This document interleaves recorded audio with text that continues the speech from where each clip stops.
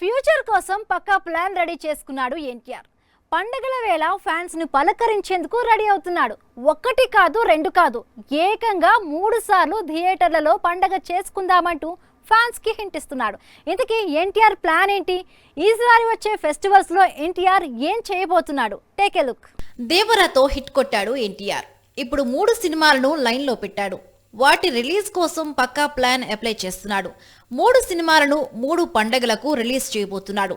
ఇందులో హృతిక్తో కలిసి చేస్తున్న వార్ 2 ఇండిపెండెంట్ డే సందర్భంగా ఆగస్టు 14న ఆడియన్స్ ముందుకు రానుంది. ప్రశాంత్ నీల్తో ఎన్టీఆర్ చేస్తున్న మూవీ డ్రాగన్ ఇప్పటికే రెగ్యులర్ షూటింగ్ మొదలైంది.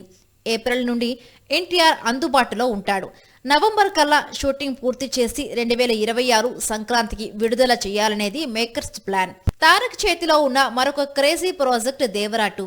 జూన్లో సెట్స్ పైకి వెళ్లేందుకు కసరత్తు చేస్తున్నాడు కొరటాల శివ.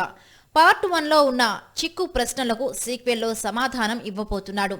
ఏప్రిల్ కల్లా షూటింగ్ కంప్లీట్ చేసిన 2026 దసరాకి దేవరా 2 రిలీజ్ చేయాలి అనేది మేకర్స్ ఆలోచన. మొత్తానికి 3 పండగలకు 3 పాన్ ఇండియా సినిమాలతో ఆడియన్స్ ముందుకు రాబోతున్నాడు ఎన్టీఆర్.